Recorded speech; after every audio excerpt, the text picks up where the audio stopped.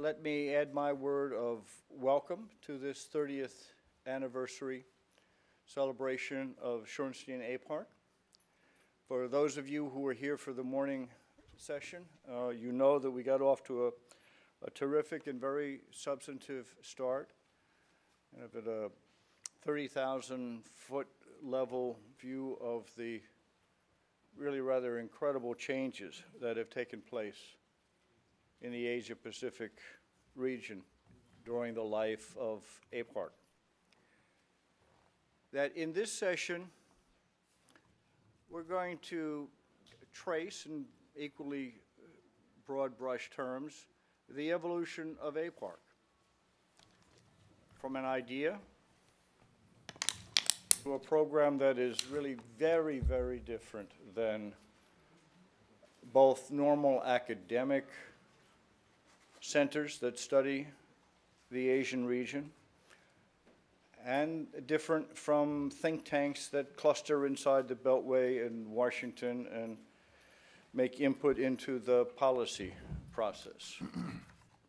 There are times here when we talk about the exotic and inscrutable East that we mean what happens in Washington, D.C., which for many of us is harder to fathom than what happens on the other side of the Pacific.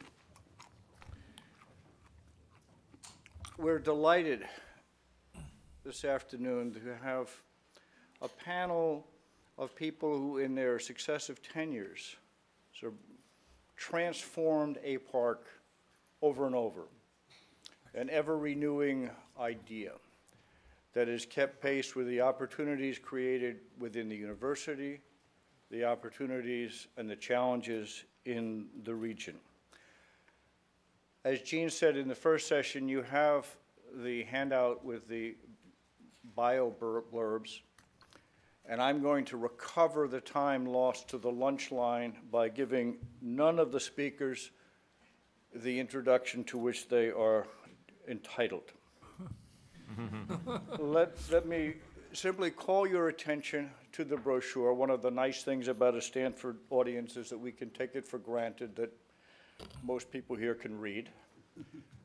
But to note that all of our speakers on this panel are very accomplished academics. But more than that, they're visionaries and they're doers. They didn't just think about what it would be nice to have, and they certainly didn't think about what it would be nice to have done.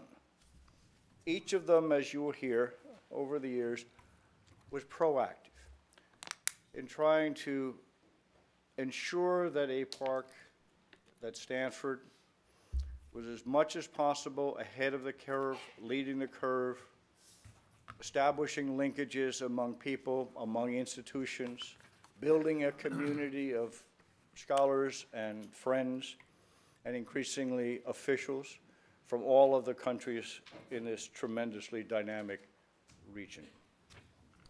Before turning the microphone over to John Lewis, who will be our first speaker, and the man to whom I owe credit for first sparking my interest in this part of the world almost 50 years ago, I'd just like to note in passing that I miss the presence of one of our most loyal participants in programs of this, and that's Walter Shorenstein. One could always have counted on seeing him over on this side of the room, but since he's no longer with us in a form that we can see him here, we just have to be confident that he's listening from a little further away. So with that, let me turn it over to John Lewis. The panel that's supposedly going to deal with the history of APARC. My role is to deal with the prehistory of APARC, when there was no beginning, and we started from scratch. So I'll be very brief because you really want to hear what happened from 1983 on. I'm going to tell you a story that begins much, much earlier. It begins in the 1950s with two extraordinary leaders at Stanford, President Wally Sterling and Provost Fred Turner, who changed Stanford into a major university. They transformed, mostly started with the professional schools, engineering, law, business, medicine, and they also created, Fred Turner specifically with Shockley and some others, created Silicon Valley.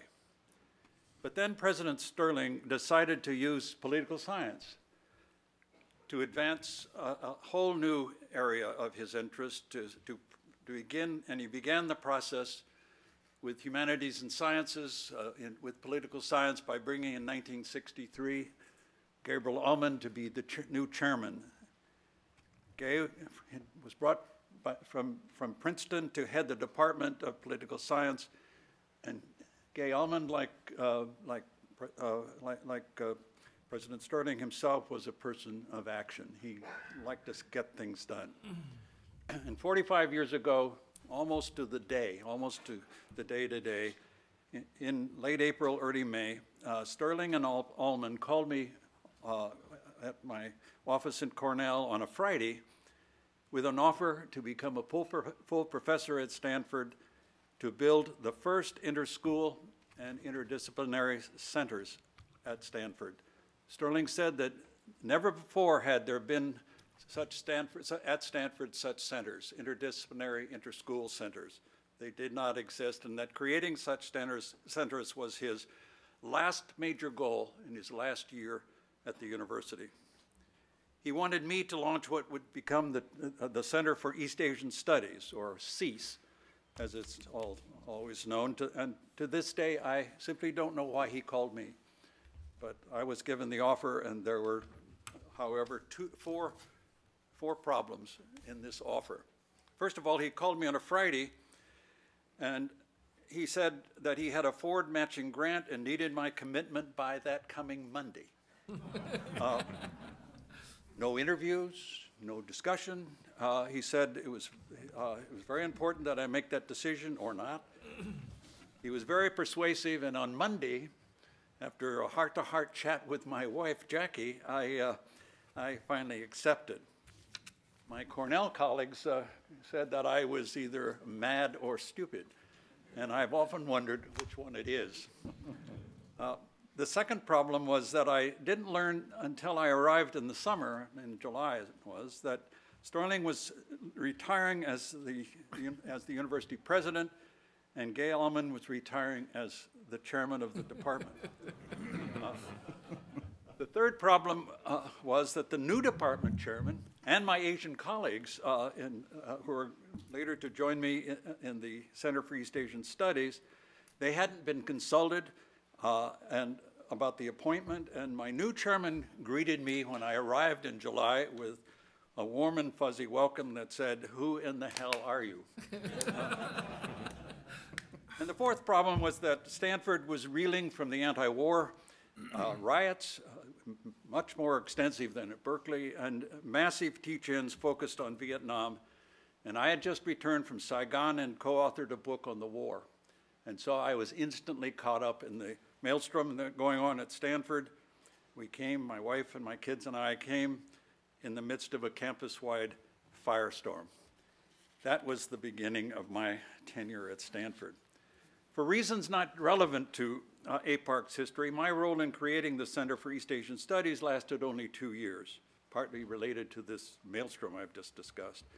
And as I had a lot of spare time after stepping down in directing CEAS, we began here at Stanford experimenting with new forms of coalition building with some remarkable, extraordinary colleagues across the university. People wanted to be doing something. It was a time they wanted to talk to each other and do something. Our question was where to begin. And the answer, at a university, we are not, as Tom said, we are not like the Beltway centers. We are a university. The answer, of course, was begin with the students.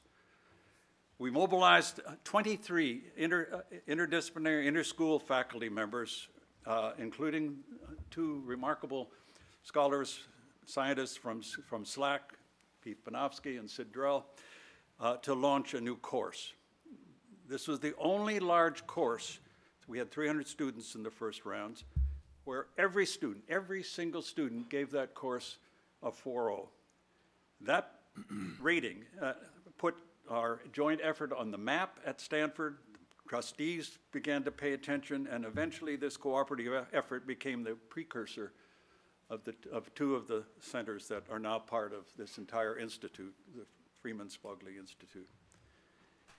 We then began by building a curriculum development and teaching program on China and Japan with graduate students and Bay Area high school teachers. In time, this effort became the Stanford Program on International and Cross-Cultural Education, SPICE, that is so brilliantly run now by Gary Mukai at the back. We also began to combine security work with development, economic development studies, the kind of thing that Larry was talking about earlier, and it became very much a part of our effort together. We talked about a research program that would focus on policy toward Asia. The university wanted to, we were part of the globalization of Stanford long before the word global and globalization were part of everyone's vocabulary. In 1980, we created something called the Northeast Asia United States Forum on International Policy. The creators were Doug Murray, Victor Lee, John Emerson, Don's wonderful dad, and Dan Okimoto, who had only 3 or 4 years earlier had come from Michigan, and then I was part of that as well. The original acronym of the Northeast Asia United States Forum on International Policy was Nexus, but it turned out that Nexus was the title, or was the brand name for a very well-known hairspray, and so we had to quickly drop Nexus as the term of art in describing our efforts together. Thus, these were sort of the beginnings of APARC. All of that was in train. All of this synergy, all of this energy was in train. And in 1983, Provost Bill Miller, wonderful leader that he was and is, his associate director, his associate provost and vice provost, Dan Okimoto, and I worked together to define the roles of the forum with the goal of creating the Center for International Security, and then called Arms Control, CSAC, and the Asia Pacific Research Center, which we're honoring today. And I like to think that this decision at that moment was finally realizing Wally Sterling's vision for Stanford. In our decision, CSAC would work on security challenges in the Cold War and on China, since a successful part of our cooperation dealt with strategic and cooperative issues with security issues with respect to Asia and a strong focus on China. Way earlier, one of the first ping pong games was played at Stanford when the U.S.-China ping pong effort was started, and I was the vice chairman of something called the National Committee on U.S.-China Relations, so we brought that here. The first scholars who came from China, the first 6 came in 1979, who ever come to any place in the United States, and the first scholars who, in return, who went to China and the PRC were from Stanford. The second decision was to, or parallel decision, not second, was to create APARC. It would in turn work on broad U.S.-Asian policy and economic problems, and where Dan, Victor Lee, and I created, I think there are others as well, created a course, The Rise of Industrial Asia, which I think is still going. And APARC increasingly concentrated under Dan's leadership on U.S.-China relations, and that is the beginning, and the rest of it begins with Dan's story. Thank you. Paying attention. Next up is Dan Okimoto.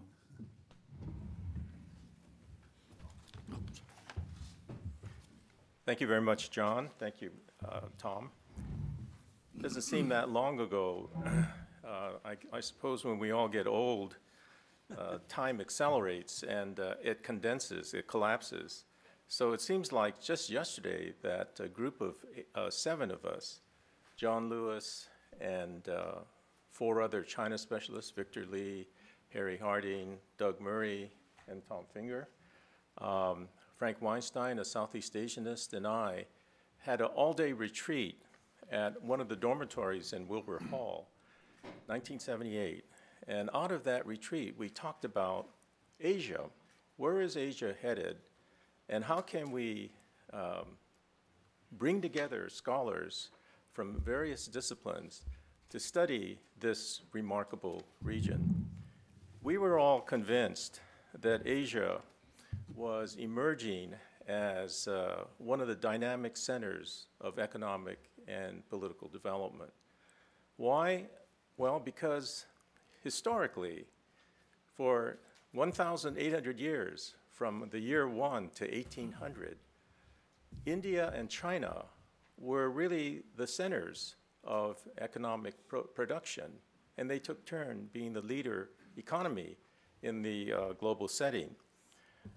Asia had wonderful factor endowments, particularly human capital, energetic, ambitious, highly literate workforce, responsive to material interests. And with political stability, we felt that Asia was ready for a major takeoff and that this would affect greatly American national interests in the region. So we decided that we would try to put together a multidisciplinary team to study Asia. And we realized early on that if Asia was going to be a dynamic region, that it would be constantly changing. The landscape of power would change. Society, political systems would evolve.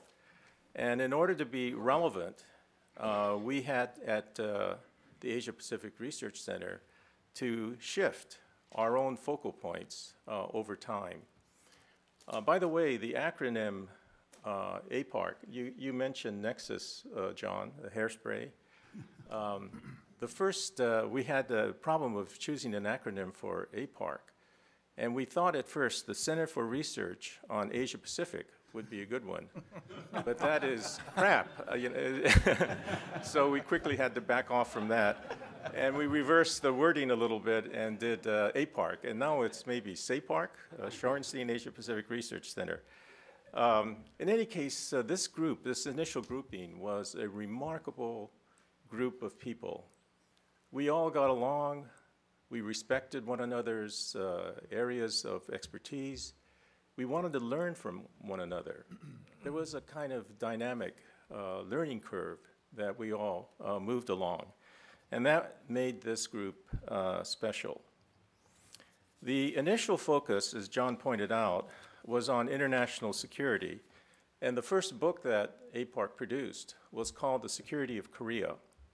It was a multidisciplinary approach, bringing together political scientists, international relations specialists, arms control specialists, nuclear engineers, and international lawyers. Harry Rowan and John Lewis here at the podium were two of the participants. I was as well. And so coming out of the womb of this arms control and disarmament program, international security was the initial focus. But over time, it became clear that the dynamic of Asia really was the economy.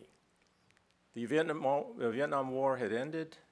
Really in 1989, the Cold War had ended. China was embarked on a long-term course of internal economic development. And Japan was the fastest growing economy from 1960 through the 1980s in the world.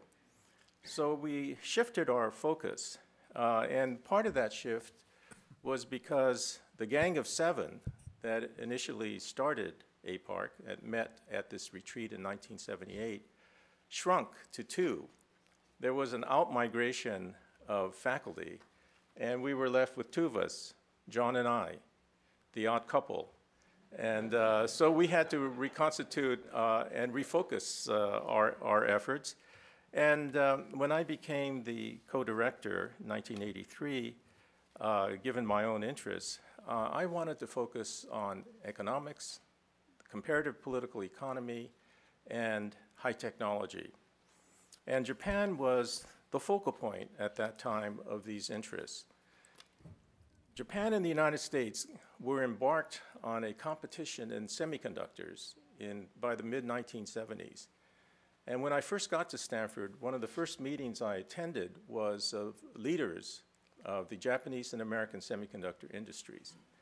I was really taken aback by the disagreements that surfaced among them, the different perspectives that they brought to bear, the accusations and the acrimony that existed around the table. That got me very interested in the semiconductor industry, and we organized a project on US-Japan competition in the semiconductor industry because we saw semiconductors as the leading edge of IT and of high technology generally. And in typical Stanford fashion, this project brought together engineers, electrical engineers, Professor John Linville, for example, from the Department of Electrical Engineering, brought together people from the law school and business school. It brought together even people from the medical school. And we had a multidisciplinary team of research people focused on the semiconductor industry. And out of that group, we produced a number of books, Competitive Edge, Between Media and the Market, Japan's Economy Inside the Japanese System, US-Japan Semiconductor Competition. At least 5 books came out of this multi-year project. And all of us learned the technology of semiconductors. Professor Linville gave us private tutorials. We had long seminars to learn about the wafer processing and so forth. And so we had a very dynamic group, again, the theme being multidisciplinary in nature. And then we focused on Japan for at least a decade. We also did a project on the modern economy, political economy of Japan, and produced 3 very large volumes in cooperation with other universities around the world, including the University of Tokyo. And SPREE, the Stanford Program on Regional Innovation and Entrepreneurship, was co-founded by Professor Harry Rowan and Professor Bill Miller, and ably co-founded also by Marguerite Hancock. The SPREE program has taken up this theme of high technology and innovation, entrepreneurship, that was developed in the 1980s. And this was, I think, very fitting because Stanford has been, and still is, the core of the cradle of innovation and entrepreneurship in Silicon Valley. So the strengths, working on the baseline strengths of Stanford, multidisciplinary research, Silicon Valley, IT, we brought those things together at APARC. And we had a lot of fun doing that. But of course, the region is changing rapidly. In 1990, Japan had a bursting of its speculative bubble. None of us expected that this would last very long. I thought maybe after 2 or 3 years, Japan would be back on track. But it's now lasted over 2 decades. And as Japan has stagnated, China has sped ahead, has replaced Japan as the 2nd largest economy in the world. And so we have a very different landscape in Asia. And the focal points at APARC have been changing appropriately. Whether China can maintain this momentum, when India really becomes a major factor in this equation, again, these will have an impact. Whether Japan renews itself, revives itself, and comes back as a vibrant economy, these are things that we will see down the road. I wanted to emphasize, pick up a point that Tom had made about Walter Shorenstein. We were very fortunate to have found a patron saint, an angel investor in Walter Shorenstein, who was not just a financial supporter, but a colleague, a visionary, a friend, who saw that the Bay Area really would be affected by what happened in East Asia. And that was the reason that he lent his support and gave us his input in the creation of APARC. And yes, indeed, we miss him greatly. And I also want to thank the Stanford University leadership, the presidents, in my case, from President Lyman through President Kennedy, President Casper, the provosts that worked with them, because they gave tremendous support to the creation of APARC, and to the IIS directors, Dick Lyman, Wally Falcon, and Chip Blacker, without whom we would not have been able to develop as we have. Thank you, Dan.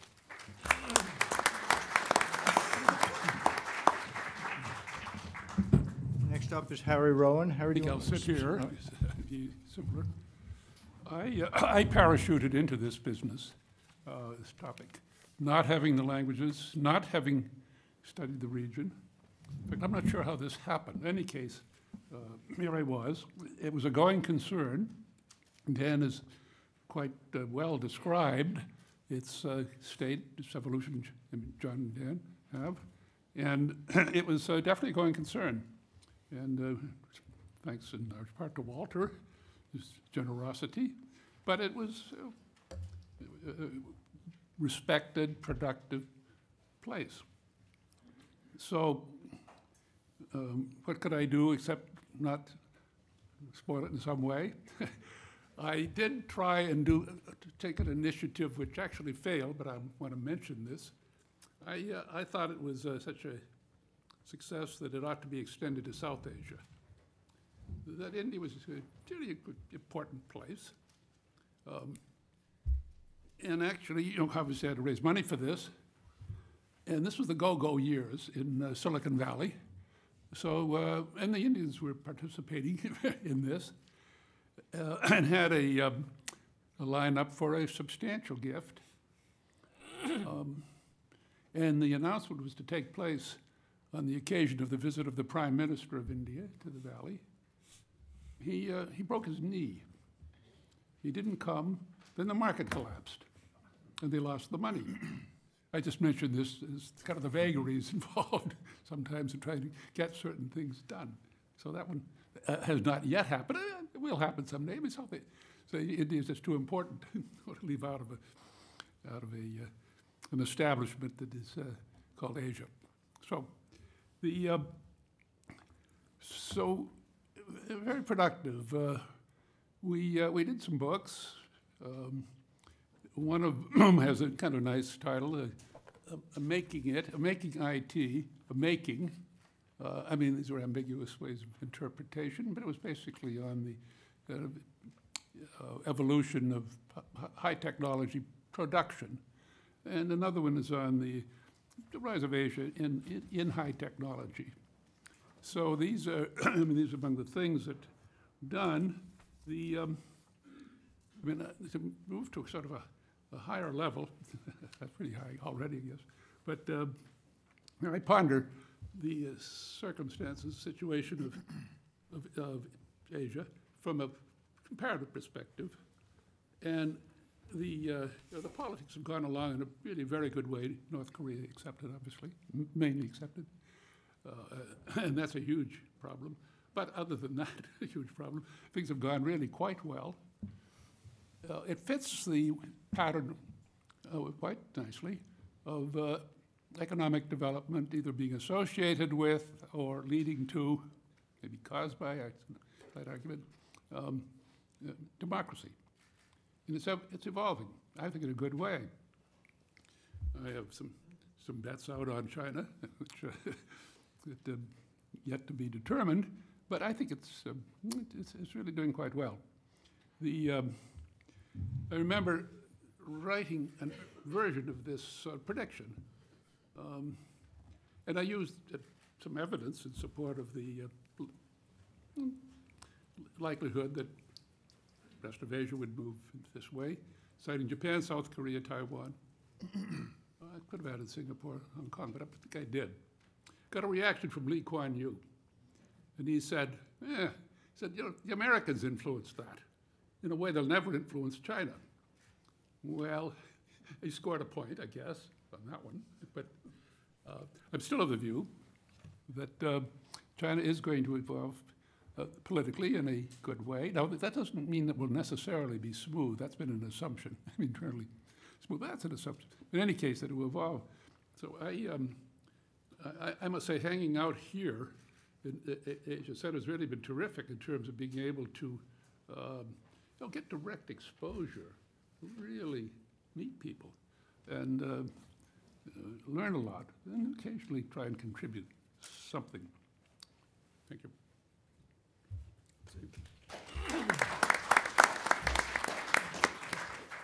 Thank you, Harry. Over to you. I kind Ed. of like sitting down, so I'll just stay here. Tom asked us to detail our accomplishments as directors, and I'll have no problem being brief. In fact, I'll have to pad the 15 minutes with some anecdotes and so forth. First, with a little bit of personal history. I don't think I've told John Lewis this, but in 1974, I came into my advisor's office at Johns Hopkins University in Political Science Department, and I told him that I'd come to the foolish decision of going into Chinese studies. 1974, that wasn't exactly a big going concern, and he said, "Oh, great, what are you interested in?" I said, "Well, I think I'm interested in political science." He said, "Well, there's really only two people in the country that you should consider working with. One was John Lewis, and the other is Mike Oxenberg." And in the end, by the time I got here to Stanford, both of them were here. So things came around in a circle. And then he got on the telephone. Back then, you know, it was kind of a big deal to call someone long distance. He tried to get Oxenberg. Oxenberg wasn't in. But he actually talked to you, John, and had a very friendly conversation. You encouraged me to apply. We decided, instead of applying directly to a PhD program, I should apply to an East Asian Studies MA program, because I had not taken any Chinese. No one offered Chinese at Johns Hopkins back then. So I applied to Michigan, Stanford, and Harvard. Where I really wanted to go was Berkeley, but I missed the deadline. Good thing I missed it. I got into Stanford and I got into Michigan, but I didn't get a fellowship. Stanford's tuition then was the incredibly outrageous annual tuition of $8,000 US. Michigan for out-of-state students was $3,000. So unfortunately, John, I didn't get a chance to get a Stanford degree, and I went to Michigan. But I think in the end it was all right. Now, a footnote to that story was I also applied to Harvard's MA program, and I was rejected. But in 1991, I became director of that program. So there's always some revenge. I'll eventually get back to an accomplishment or two, but let me just continue talking about APARC. When I first got here, I got to APARC finally in 1997, became director in 2000 with Harry. We were co-directors for a year. I guess I needed training wheels to see if I could stand on my own 2 feet, and finished in 2005.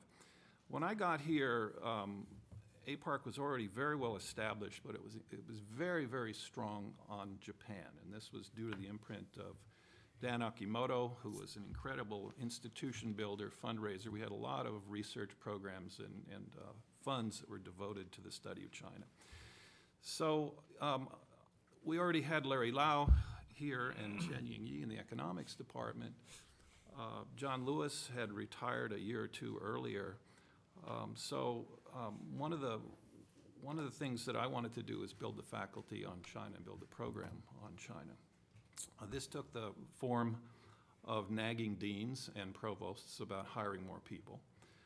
It's incredibly hard, still to this day, to hire area specialists in social science departments, particularly political science, sociology, and unfortunately economics. And Larry, we miss you very badly, and Chen-Ying Yi. It's very, very difficult. One of the beautiful things about Stanford FSI is that we can induce departments to hire area specialists, or if we can't induce them, we can hire them on our own.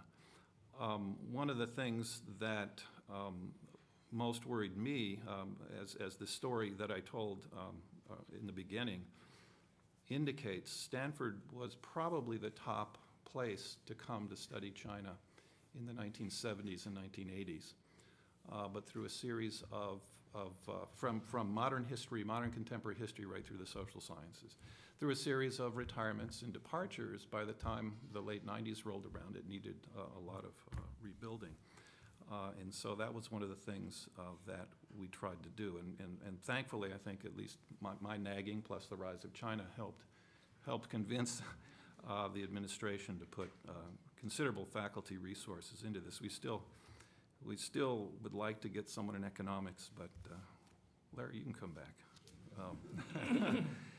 Now, I'm starting to nibble at some quasi-accomplishments. One of the things that I wanted to do as director was to support, not just support building faculty at Stanford as a whole, but also to support graduate education in publication on Asia. And so one of the things that we did do was to establish predoctoral fellowships for PhD students who are writing their dissertations at Stanford, and also postdoctoral fellowship program for recent PhDs from other universities to come here to spend a year to work on a book project usually, and to create networks, professional networks.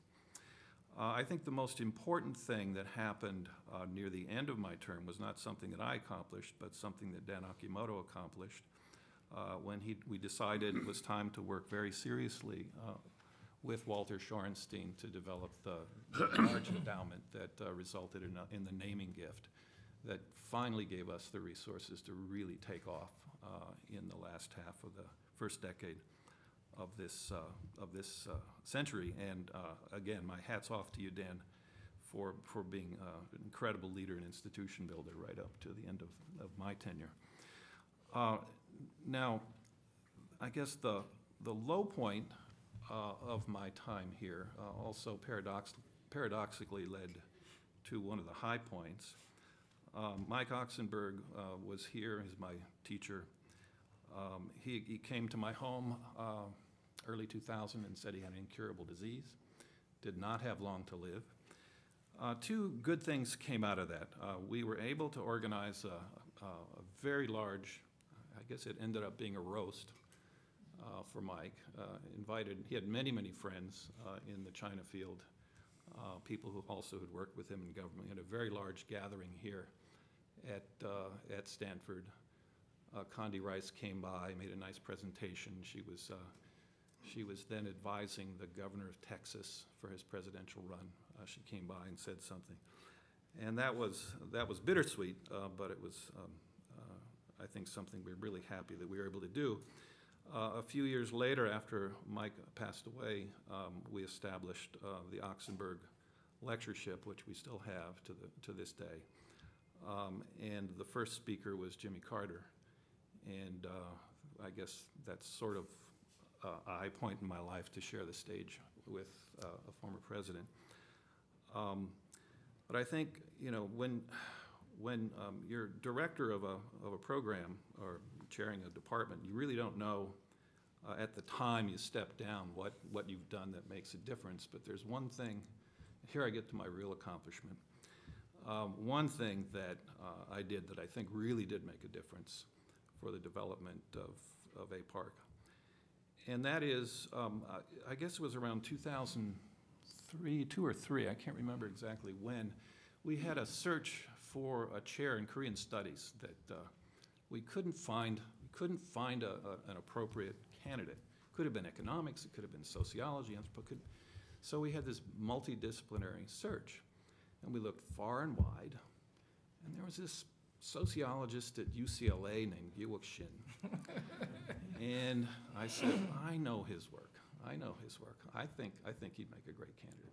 So the hard part is to convince your departmental colleagues who are interested in bubble theory or something, you know, why would we hire a Korea specialist? Yewok had done early in his career terrific historical work on peasant movements in interwar Korea. Really impressive stuff. It knocked out my colleagues. There was virtually no criticism of the work. It was the first senior appointment file I ever wrote, which is a lot of work, and so I know your case quite well.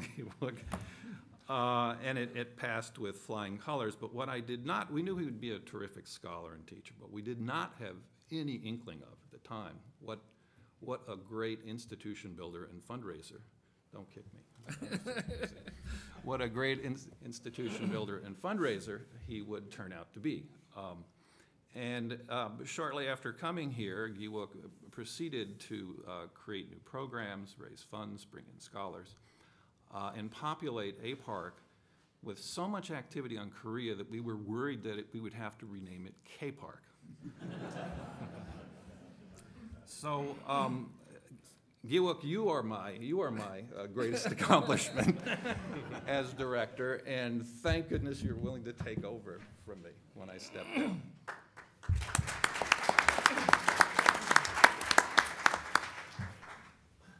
Yeah, thanks, Andy. And I don't know what else to say after your great remarks. I'm not yet in a position to speak about the past because I still have to deal with the present, and one that has some implication for the future. And as Andy said, he recruited me from UCLA. Actually, I came here in 2001. Okay. Yeah. I'm blessed. And then I didn't know that he had kind of plan or conspiracy to, draw me into this position. And what happened was that when he was director, he was taking a sabbatical leave for 1 year. Remember that? He asked me whether I can be an acting director. And out of my respect and appreciation, I agreed to do that. And I think that's a mistake.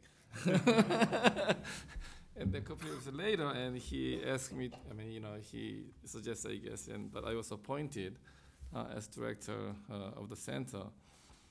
And as Andy and Dan mentioned, our center was endowed after Walter Shorenstein, and I happened to be the first director, of the endowed center. And it has been really an honor to serve as director for the last 8 years. Let me say a few things.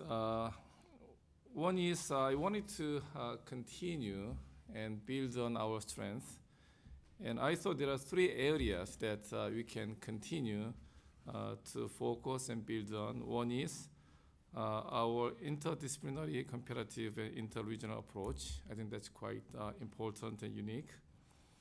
And also combining fine research with policy. Tom mentioned earlier that that's a distinctive feature of our center compared to other conventional area centers in East Asia or think tank in Washington. Okay, third one, active engagement with scholars, experts, and policymakers in Washington and in Asia. So when I became director, I thought, okay, these are 3 areas that we are very strong and something we should continue to stress. So that was a good part. One main challenge that I thought we are facing was kind of a demographic change within the center. When I joined the center in 2001, I was the youngest faculty at the center. In 2005, when I took over as director, I was still the youngest faculty. So I saw something not right.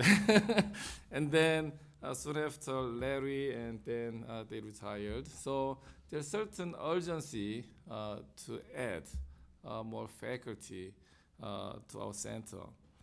And as Andy mentioned, it's a big challenge to make appointment, sort of area experts in social science in the department. But also, before becoming director of the center, I founded a Korean Studies program in 2001 when I came here. So I was working on both Korea and APAC, and certainly it's a lot of challenges. But looking back, I feel I was very lucky to get a lot of support from our faculty, staff, leadership at the university, and friends and donors. For the center, as you mentioned, Walter Shorenstein has been great sponsor. So not only financially, but he often hosted dinner at his home. It's kind of a treat for a lot of outsiders because it's a beautiful home in Portola Valley, and we spend a lot of time in eating, drinking, and talking and laughing at his home. Like for Korean Studies program, now we have Dr. Jung Kim. He has been a great sponsor for the program. So I feel very lucky to have met so many great sponsors and colleagues who are working with us over the years. And let me mention a couple of changes or something that I try to promote. Okay, one is now we have multiple programs at the center. I mean, we are working together closely, but now we have a SIF on the Southeast Asia program led by Don Emerson, Korean Studies. I'm still doing that, and Asian Health Policy program led by Karen Eggleston, Stanford China program by Jinoi, Japanese Studies program by Takeo Hoshi. So here, we are trying to sort of delegate as much as possible to each program. So, we have our central program run by the center like this one, but also each program has been very active in promoting its own activities and programs, events, and so on. So I think that has been going pretty well, and I hope that we can continue. The other one I like to mention is that I've been trying to say that now it's time for us to go to Asia more actively and engage Asian experts and colleagues. So my slogan was into Asia, okay? So I don't know, it might reflect on my own background because as I mentioned, I came from Korea 30 years ago. And in the past, Asians coming to United States to study Asia. But I thought time has changed. It's time for Americans also go to Asia to learn from them and talk to them, engage with them. So as a result, we've been trying to do a lot of events in Asia. So one example, we've been holding Kyoto Dialogue every September in the city of Kyoto. So we are gathering Asian experts. Here, Dr. Sulan has been participant over the years. And also we bring our own state of the expertise to Asia for frank discussion and dialogues. So we have done many events in Beijing, like Seoul, Singapore, and so on. So that's something I've been really trying to promote over the years. Okay, now I still have to finish my job as director. So what are main challenges? I'd like to mention two things. One is still faculty recruitment in social science continues to be a challenge. And right now, for instance, we are doing 2 searches in Korean studies. It's really, really challenging.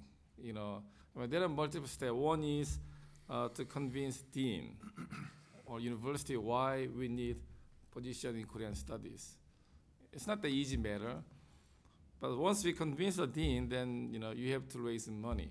So I thought fundraising is the most difficult part, but in reality, finding the person turned out to be most challenging. So, how to make a successful faculty appointment in social science continues to be a main challenge for us.